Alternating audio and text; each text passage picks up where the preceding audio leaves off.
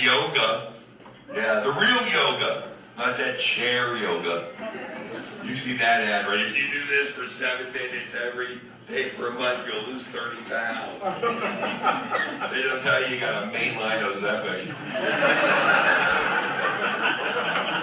I like those Ozempic people. Like, I'm working out. Like, no, you're drugging out and shitting your pants.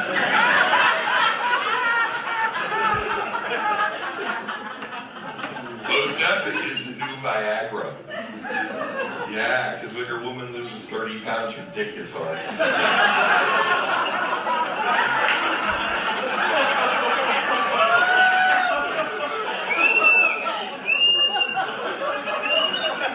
I know that's a good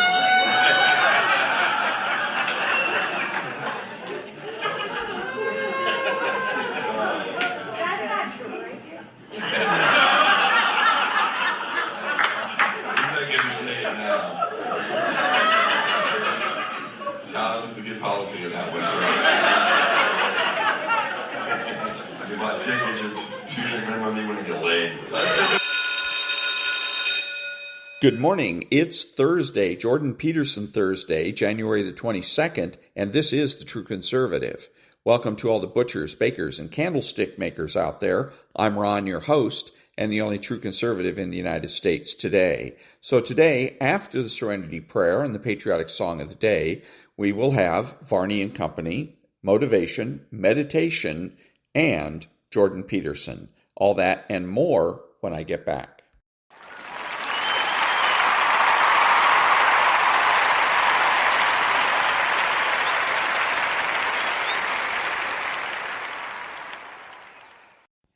God, grant me the serenity to accept the things I should not change, the courage to change the things I should, and the wisdom to know the difference.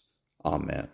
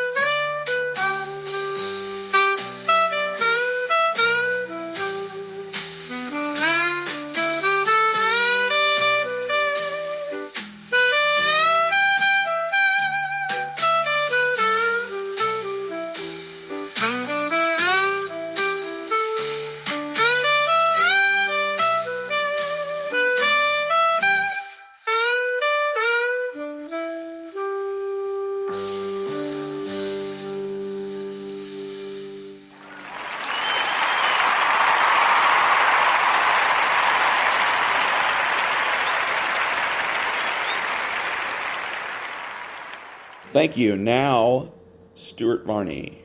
Over to you. Come on back to America, Maria. It's been great seeing you over there. And good morning to you. I'll be there soon. Good. Good morning, everyone. All right, positive developments overseas and another market rally here at home. In Davos, President Trump says there is a framework for a deal on Greenland. European leaders are discussing it right now. Trump says we get rights to Greenland's minerals and we get cooperation in building the Golden Dome. That's a missile defense system. He told Maria, we got everything we want.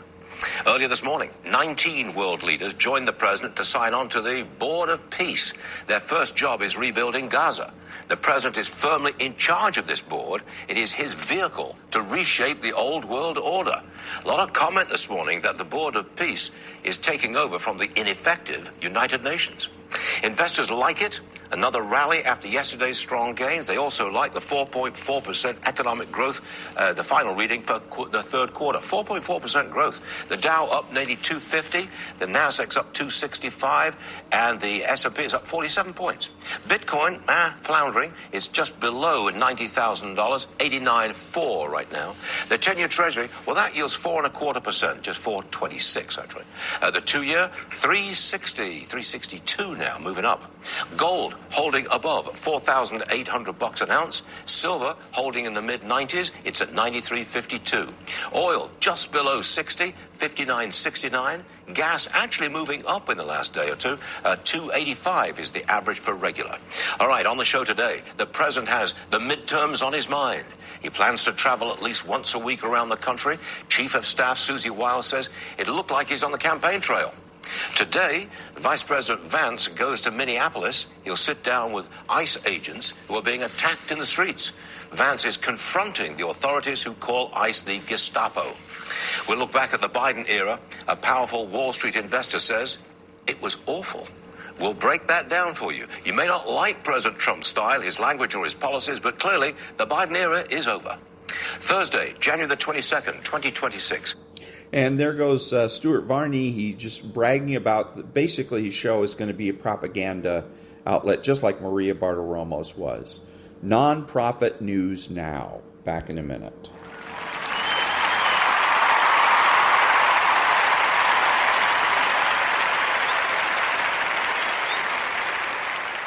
Thank you. Now, a little motivation. Far too many of you worry way too much about other people and not enough about your fucking selves. You know how you get good at business? You worry about your own fucking shit. You know how you get good at your job? You worry about your own fucking shit. You know how you get in good shape? You don't worry about how many reps the other motherfucker in the gym is doing. You worry about how many reps you're fucking doing. If you're going to run a business, do you think I sit in the fucking back room and talk to my key guys about what everybody else is doing? No, I don't fucking care. I don't care what anybody else is doing. I care what we're doing. I care if we're making the calls. I care if we're providing value. I care if we're making the best products. I don't give a fuck if anybody else is doing that. I care if we're doing that. That's how you become a leader. That's how you become the industry leader. Because you're not following anybody else's lead. You're innovating a unique path of your own. When you spend your energy focusing on what other people are doing instead of executing on your own opportunities, you are setting yourself up to fail time and time again. And this goes against what society is, right? Society is all about gossip. It's all about talk. It's all about who's doing what. And it's never about worrying about what you're doing. Go to a fucking bar. What's everybody talk about? What their company's doing, what their boss is doing, what their coworkers are doing, what their aunt's doing, what their mom's doing, what their dad's doing. Nobody fucking cares, and it doesn't fucking matter. That's why you don't see successful people hanging out with people like that. Because they worry about their own shit, they worry about their own actions, they worry about what they execute on, and they worry about how they can get better at it. Dedication, all works. Dedication, all works. Dedication, all works. I'm a one-man army. The world can go against me. I'm still coming on top. I got God on my side. And you got to get to the point where there's no other human that wants your success for you more than you want it for you. Stop trying. Whatever your hand find to do, execute, execute, execute. Get up. Act like you playing basketball. Act like you playing football. Compete. That's what bothers me. Many of y'all are not competing. I need effort. Compete. Act like you playing football. Go in that doggone classroom. Compete. Many of you have lost your competitive edge. Get your competitive edge back. I'm not against no other motivational speaker. I'm just competitive. When you dedicate your life, you don't care anything about the odds. When the dream is big enough, the odds don't matter. And when you're working, you have a wall to break through. A friend of mine who runs a marathon, he says, when he's running the 26-mile marathon, he said, let's say that hypothetically, that 18th mile is the wall. He says, Les, when you get there and you're running, he says, everything in you is telling you to stop, to give up. Every muscle is aching. And you're saying to yourself, I can't do it. I can't do it. And you just keep on and you keep on and you keep on. It seems like you're moving at slow motion. And then eventually when you break through that 18-mile wall, then you know it's like done and you're on automatic and you glide on in. And that was a little bit of motivation. Back in a minute.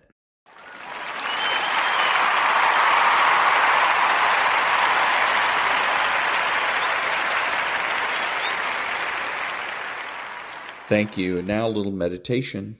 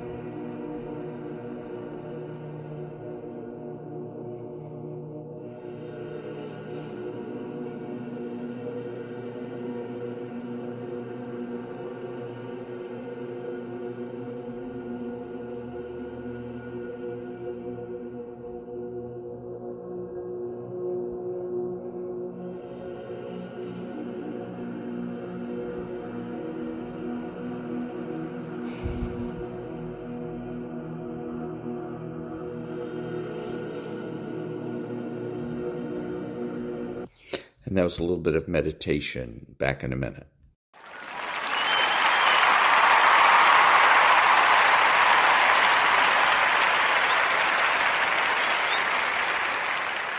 Thank you. Now, Jordan Peterson.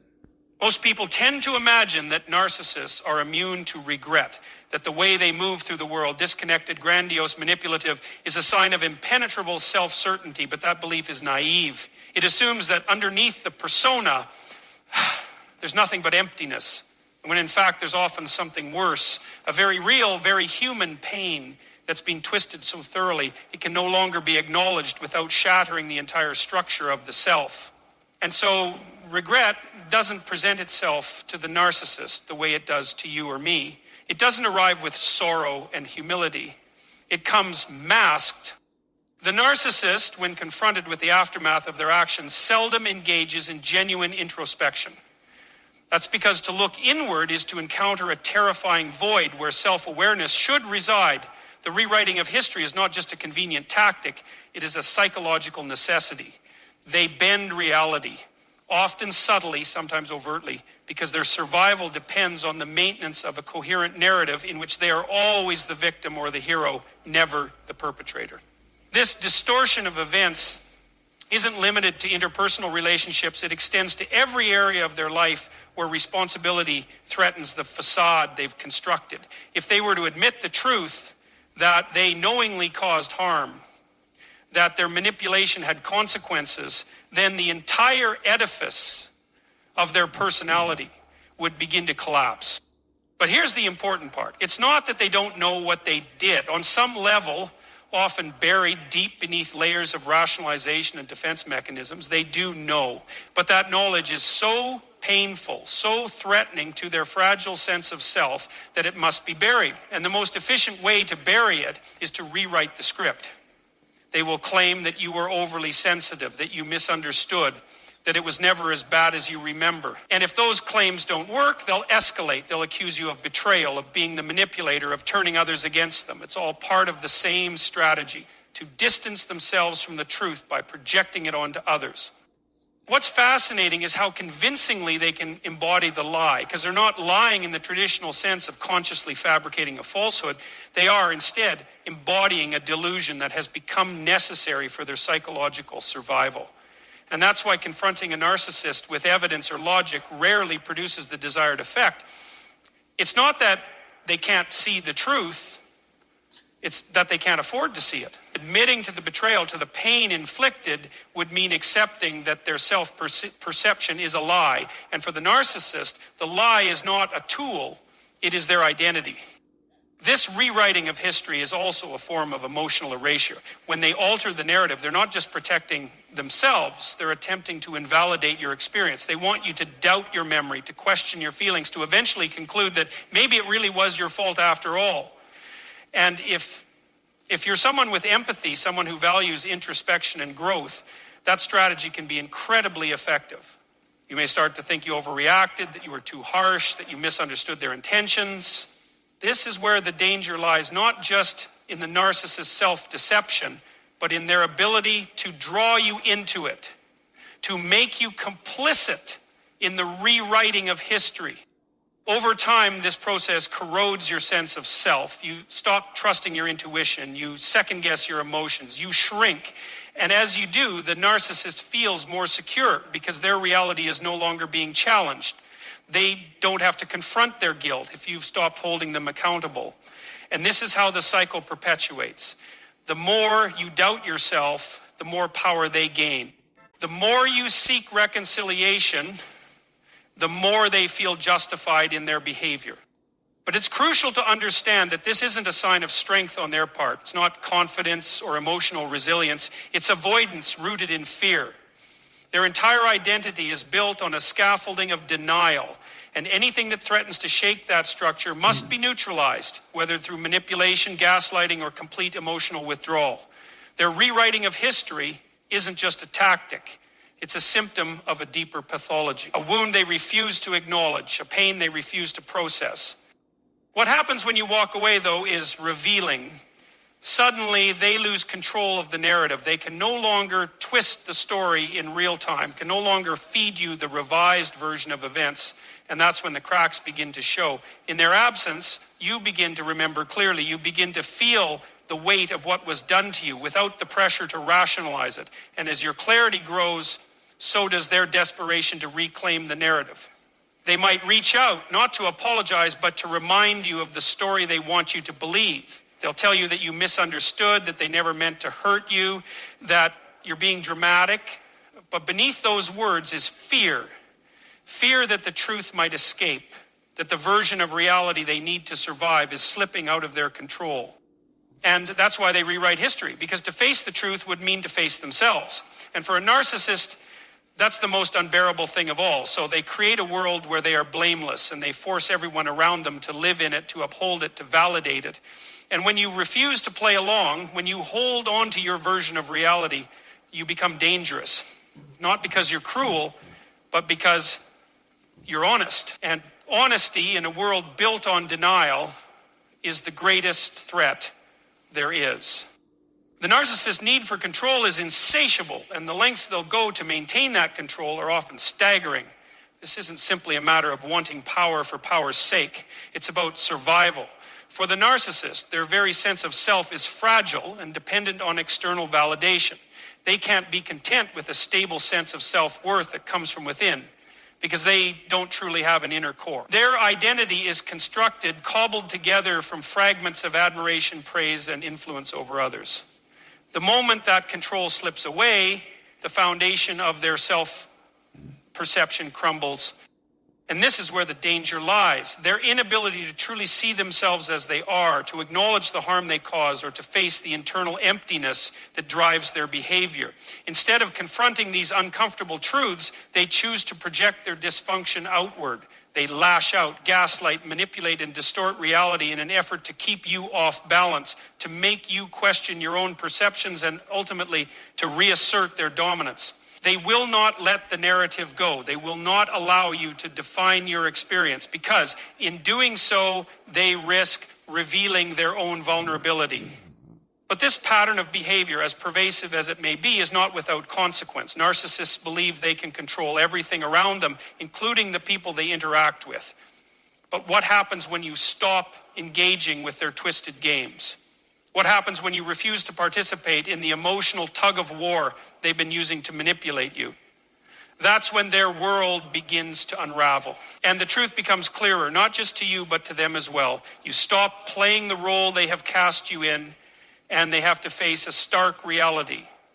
When a narcissist inflicts harm, they do so with the belief that they are entitled to manipulate, control, and even destroy those around them. What's crucial to understand, however, is that the damage they cause is not always immediately apparent. Narcissists, by the nature of their condition, are often skilled at weaving intricate webs of deceit, gaslighting those in their orbit, and ensuring that the people they hurt are left doubting themselves. This is part of their psychological armor, an ability to avoid facing the consequences of their actions while maintaining a facade of power and control. But what happens when the truth starts to surface? When the victim begins to see through the facade and no longer plays along? At first, the narcissist may not even be aware of the effect they've had on you. Their sense of entitlement is so deeply ingrained that they view their actions as justified, even righteous. They take from others without remorse because they do not understand empathy in a genuine human sense. They might not even realize how destructive their behavior has been because they've crafted a narrative in their mind that makes them the hero of their own story. When you begin to challenge this narrative, when you start to say, no, that's not how it happened, it threatens the very foundation of their identity. And that, more than anything, terrifies them. This is where the real struggle begins. As the narcissist faces the unraveling of their carefully constructed world, they will try everything to restore it. They will manipulate the situation, shift blame, and twist words to avoid the discomfort of owning their actions. They may even feign remorse, but this remorse is never genuine. It's a tactical response, a way to reassert control over the situation without ever truly confronting the harm they've caused. But you can see through it. You see the cracks in the armor. And as these cracks grow, the narcissist will become more and more desperate. They will try to reestablish their dominance in various ways, often employing strategies like guilt tripping, emotional blackmail, or outright aggression. The narcissist cannot stand to be confronted with their true self, an insecure, fragile individual who relies on others for validation and control. So when the walls begin to close in, they lash out. They might tell you that you've misunderstood their intentions or that you've blown things out of proportion. They might even make you question your own memory or perception of events. But these tactics aren't about repairing the relationship. They're about maintaining power. The narcissist is not interested in mutual understanding or healing. They only want to maintain their control over the situation, regardless of the cost to you. What's truly devastating is that this dynamic can lead the victim to believe they are the problem.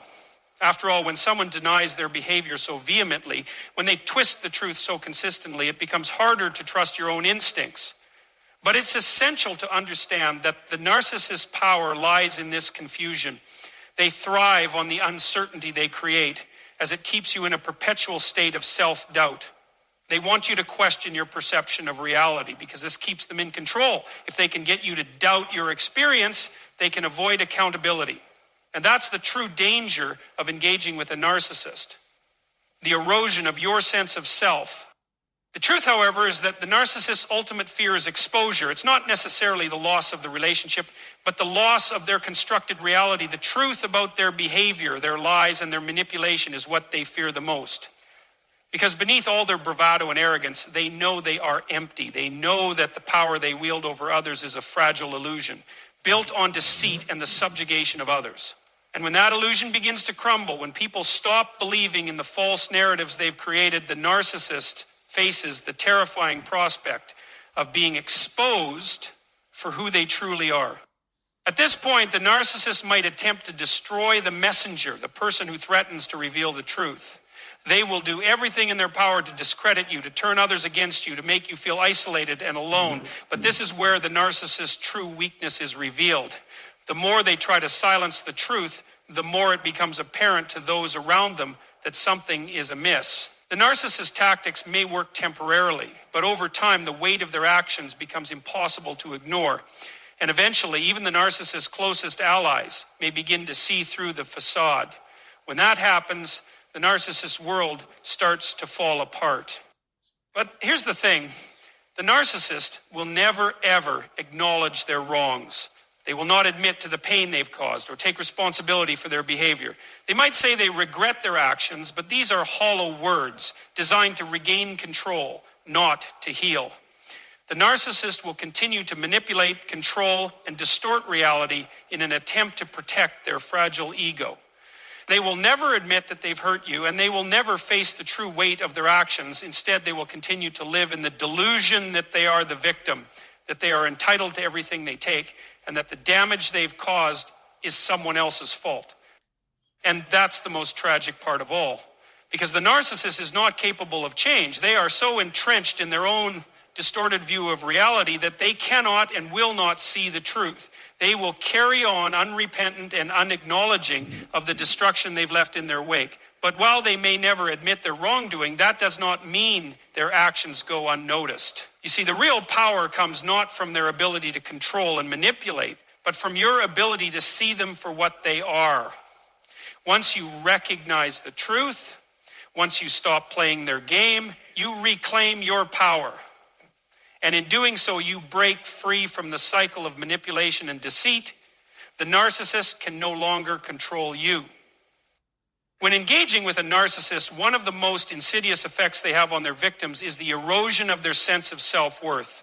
The narcissist does not just seek to control, they seek to dominate the narrative, to manipulate the way others see them, and by extension, to define how others see themselves. This control is not overt at first, it is subtle, creeping into every interaction, every conversation, until the victim finds themselves questioning their reality. The narcissist uses tactics such as gaslighting, emotional manipulation, and calculated charm to destabilize their victim's perception, all while maintaining an image of themselves as the victim. The one who is misunderstood, the one who is always right. A narcissist's ability to project an image of superiority is an essential part of their survival. They are not simply acting for the benefit of others. They are constructing a false narrative that sustains their fragile sense of self. They may appear confident, even brilliant, but beneath the surface lies a profound insecurity. Their entire sense of identity is based on how others perceive them, and this dependency can manifest in unhealthy relationships where the narcissist seeks validation at every turn. The more they feed off the admiration and approval of others, the more they need it. This is not just a desire for praise, it is an existential need. Without this external validation, they feel insignificant, invisible, and powerless. In these interactions, the narcissist will often deploy subtle but highly effective forms of manipulation. They will find ways to undermine your confidence and sense of self by questioning your decisions, belittling your accomplishments, or casting doubt on your intentions. Their tactics are often cloaked in flattery or false concern, making it difficult for you to recognize them for what they truly are. This leaves you questioning yourself, feeling less secure, less capable, and ultimately more dependent on their approval. This pattern of behavior wears down your self-esteem, and in time you begin to doubt your own worth. The more you seek validation from the narcissist, the more you give them control over your emotions and your actions. The narcissist's emotional manipulation can also take the form of unpredictable moods. They may swing from charm to cruelty, from warmth to indifference, leaving you constantly on edge, unsure of how to navigate their ever-changing temperaments. This instability is deliberate. By keeping you in a state of uncertainty, they can keep you chasing after their approval. They create a dynamic where you are always striving to win back their affection, always trying to avoid their wrath. In doing so, they keep you off balance, never allowing you to assert yourself or prioritize your needs over theirs. Perhaps the most damaging aspect of engaging with a narcissist, however, is the way they invert the power dynamic. Instead of you asserting your boundaries, you find yourself constantly defending your position, trying to explain your actions, trying to justify your feelings. The narcissist does not see your perspective as valid. They see their needs, their desires, their worldview as the only truth, and they will often go to great lengths to silence any alternative views. This can manifest in the form of overt criticism, subtle jabs, or dismissive behavior. Over time, this reinforces the narcissist's worldview and undermines your sense of autonomy. You start to feel like you are constantly defending yourself, never truly heard or understood. This dynamic can become even more damaging when the narcissist begins to isolate you from others. Isolation is a powerful tool for control. By distancing you from your support network, the narcissist ensures that their influence remains unchallenged. If they can keep you away from friends, family, or anyone who might offer a different perspective, they can ensure that their version of reality remains the dominant one. This tactic can leave you feeling utterly alone, disconnected from the outside world, and more reliant on the narcissist for emotional support. Over time, this creates a toxic dependency, where the narcissist becomes the center of your emotional universe, and any external input is seen as a threat to their control. At some point, the emotional toll becomes impossible to ignore. You begin to feel drained, depleted, and disconnected from who you once were. Your thoughts are consumed by the narcissist's demands and behavior. You find yourself constantly walking on eggshells, trying to avoid conflict, seeking ways to make them happy, all while neglecting your own well-being. The longer you remain in this dynamic, the harder it becomes to break free. You may start to believe that the narcissist's behavior is your fault, that you are the one who has failed to meet their needs, or that you are somehow unworthy of love and respect. This is the true danger of the narcissist's control. By constantly undermining your confidence and shifting the blame onto you, they create a self-fulfilling prophecy. You begin to internalize their criticism, losing sight of your own strengths and qualities. But the damage doesn't end with just emotional manipulation. Narcissists can also inflict lasting harm through financial or social control. They may try to dictate how you spend your money, what career choices you make, or who you are allowed to associate with. These tactics are intended to keep you dependent on them in every way, making it harder for you to leave or stand up for yourself. When combined with emotional manipulation, it creates a cycle of dependency that is difficult to break. The narcissist's ultimate goal is not just control, but complete domination. They want to shape you into a version of yourself that serves their needs. They do not see you as an individual with your own wants and desires, but as an extension of their ego. As long as you remain in their grip, they will continue to take from you, to drain you of your energy and your sense of self-worth. However, the longer you stay in this toxic dynamic, the more you risk losing touch with who you truly are. Reclaiming your identity, your boundaries, and your sense of self is a critical step toward breaking free from this cycle. It is important to recognize that healing from the narcissist's influence is not instantaneous. It takes time and effort to rebuild the parts of yourself that the narcissist has eroded. But the first step in this process is to acknowledge the power the narcissist has over you. Recognizing their tactics, their manipulation, and their need for control is essential in regaining your sense of autonomy. Once you understand how they operate, you can begin to reassert your own boundaries and values and start the process of healing. Breaking free from a narcissist's grip is not just about removing them from your life. It's about reclaiming your power, your worth, and your ability to define your own reality. When you are faced with a narcissist, one of the most deceptive traits they have is their ability to manipulate and control the people around them. This manipulation often goes unnoticed at first because narcissists are skilled in the art of charm. They have an uncanny ability to make people feel important, special, and needed, especially when they are trying to get something from them. But behind this polished exterior, there is a consistent pattern of deceit, exploitation, and emotional abuse that ultimately reveals itself over time. Narcissists are not concerned with others' needs or feelings. Rather, they are only interested in satisfying their own egos. They thrive on attention, admiration, and the feeling that they are superior to those around them. They create an environment where they are the center of focus, manipulating others into believing that their needs should always come first. This is not just a preference for attention, it is a survival mechanism. Without this constant validation and recognition, the narcissist feels small, insignificant, and vulnerable. They desperately need others to fuel their inflated sense of self. One of the most dangerous aspects of interacting with a narcissist is the way they erode your sense of self-worth. Over time, they manage to convince you that your needs are secondary to theirs. They create a dynamic where you are always walking on eggshells, second-guessing your thoughts, emotions, and actions. Every decision, every word, every gesture is scrutinized under their harsh judgment. This leads you to believe that you are not worthy of love, respect, or admiration unless it is granted by them. The narcissist is not interested in forming genuine connections or relationships based on mutual respect. They only care about what they can extract from others. Their constant emotional manipulation can take many forms. They may use guilt as a weapon, accusing you of being selfish for wanting time or attention for yourself. They may demand that you prove your loyalty or devotion, testing you at every turn to see how far they can push you. This constant testing is not done out of love. It is done to establish control. They want to see how much they can get away with, how much they can make you bend to their will. In doing so, they undermine your confidence, leaving you questioning your own boundaries and desires. Perhaps one of the most insidious traits of a narcissist is their ability to gaslight. This form of psychological manipulation involves making you doubt your reality. They may deny events that have occurred, rewrite history to suit their narrative, or accuse you of overreacting when you express your emotions. This tactic is particularly damaging because it causes you to lose touch with your own perception of reality. You begin to doubt your own memories, your own feelings, and even your own judgments.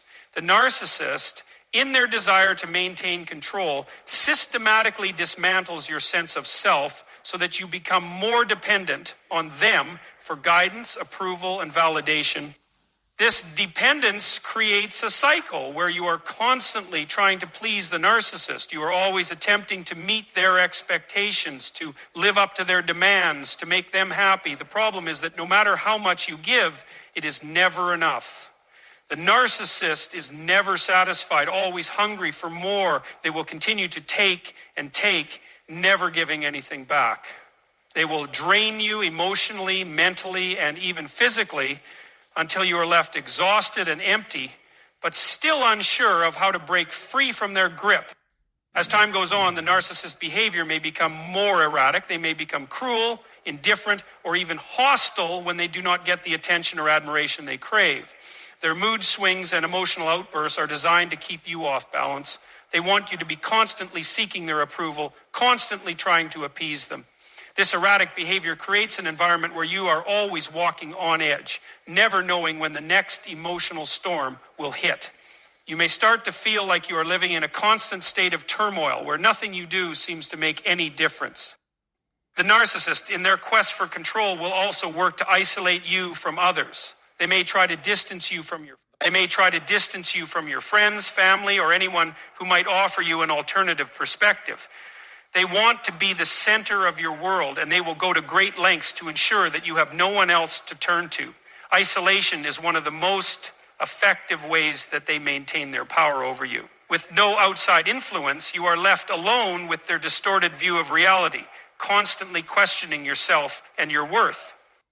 But even though the narcissist may seem invincible in their manipulation, their need for control ultimately betrays them. The more they demand, the more they take, the more they expose their true nature. They may present themselves as confident, as all-knowing, as above reproach, but deep down they are driven by fear. The fear of being exposed, the fear of being vulnerable, the fear of being unmasked as the fragile, insecure individuals they truly are. They may try to convince themselves that they are above others, but deep down they are terrified of being seen for who they really are. The narcissist's greatest fear is being abandoned. This fear drives their behavior, their manipulation, and their constant need for validation. If you are able to walk away, to break free from their control, it is a blow to their ego. It is an affront to everything they have built up in their mind about themselves.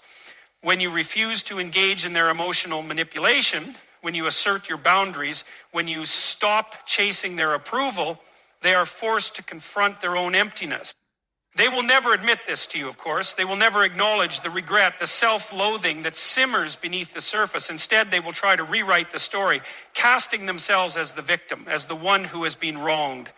But the truth remains that their ability to manipulate, to control, and to diminish others is a reflection of their own internal turmoil. The narcissist is not as powerful as they appear. They are simply a person terrified of their own vulnerabilities, terrified of being exposed for the hollow shell they are. And that was Jordan Peterson. Back in a minute.